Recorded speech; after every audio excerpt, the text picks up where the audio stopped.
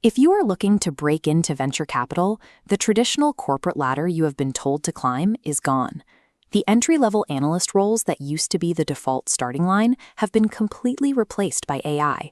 The tasks that used to justify a junior salary, building financial models, conducting market research, and screening first-round pitch decks, can now be executed by software in seconds at a fraction of the cost.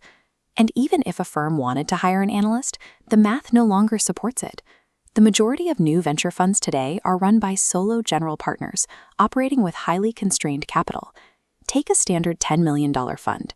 The management fees bring in about $200,000 a year. Once that GP pays for fund administration, legal fees, and their own modest salary, there is literally zero budget left for payroll. This table shows how the entry path has shifted. Previously, you traded raw labor for an analyst salary, work highly susceptible to AI replacement. Today, you trade networks and industry trust for equity as a venture partner. Software cannot automate relationships or domain credibility. If you apply for an entry-level VC job right now, you are competing against a $20 a month AI subscription. The only viable way in is to enter sideways as a venture partner. Taking on a venture partner role requires a specific trade-off. You are not being hired to learn on the job with a base salary. You are bringing your existing assets to the table in exchange for equity. That equity is called carried interest, or carry. It is a share of the fund's eventual profits, which means it is delayed, high-risk compensation that only pays out if the fund actually succeeds. This waterfall chart shows how the math works in a successful scenario. Let's say you join a $10 million fund and it returns a 3x multiple. That creates $30 million total, leaving $20 million in pure profit. First, the fund deducts the standard 20% GP carry from that $20 million profit. That creates a $4 million pool for the investment team. If you negotiated a standard 5% venture partner share of that carry pool, your eventual payout in this scenario is $200,000. But that payout comes with heavy friction. Venture share agreements typically mandate a 4-year vesting schedule with a 1-year cliff. More importantly, you won't see actual liquidity until the portfolio companies exit, which usually takes 7 to 10 years. Carry perfectly aligns your incentives with the fund's success and offers serious upside. But because of that timeline, you absolutely must have an independent source of income to survive the wait.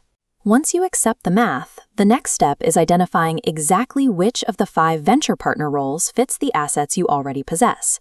This quadrant chart maps the roles based on 2 factors: your weekly time commitment on the vertical axis and the type of capital you provide, social network versus operational sweat, on the horizontal axis. We start in the high time, operational sweat capital quadrant with the executive and portfolio venture partners. These roles operate at the core of the investment process. They run due diligence, support portfolio companies post-close, and often take board seats. This is the closest thing the industry has to a GP apprenticeship. The trade-off is capacity. It is extremely difficult to balance this consistent, heavy workload alongside a demanding, full-time executive day job. Moving to the low-time, high social capital quadrant, we find the fundraising venture partner. This person leverages their personal network of family offices and institutional investors to help close capital. For a capital-starved GP, a strong fundraiser is the most valuable person on the team. The risk here is deeply personal. If the fund fails to deliver returns, you burn your own reputation and social capital with the people you brought to the table. Down in the lowest time, highest domain capital quadrant is the strategic venture partner. This role provides signaling value. When a recognized expert visibly affiliates with a fund, it acts as a catalyst, making founders in that space take the meeting and helping the fund win competitive deals. It requires the least weekly maintenance, but it is only available to those who have already spent decades building undeniable industry credibility.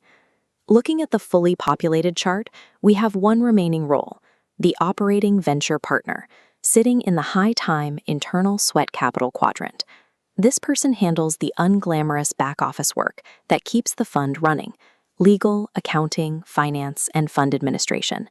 It lacks the glory of making deals or sitting on boards, but for pure operators who want a complete view of how a fund works from the inside and who lack a wealthy network, it offers the most realistic entry point. So, should you pursue a venture partner agreement right now? To survive in the current venture landscape, you need to check 3 mandatory boxes. Box 1 is an independent income stream. If you need this role to pay your rent or cover your mortgage today, you will fail. Box 2 is a pre-existing asset. The industry is buying distinct networks, deal access, and operational expertise. They are no longer buying raw potential. Box 3 is a 10-year horizon.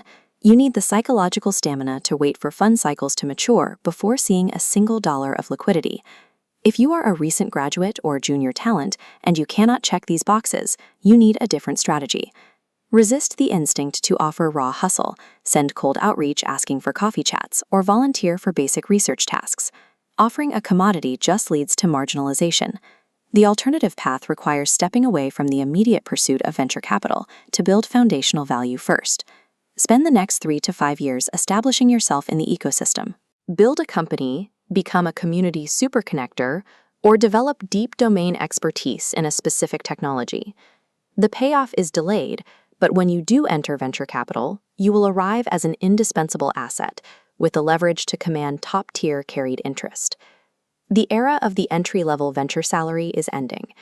Breaking into the industry now requires you to transition from a job seeker to a value provider, trading established assets for a share of the long-term upside.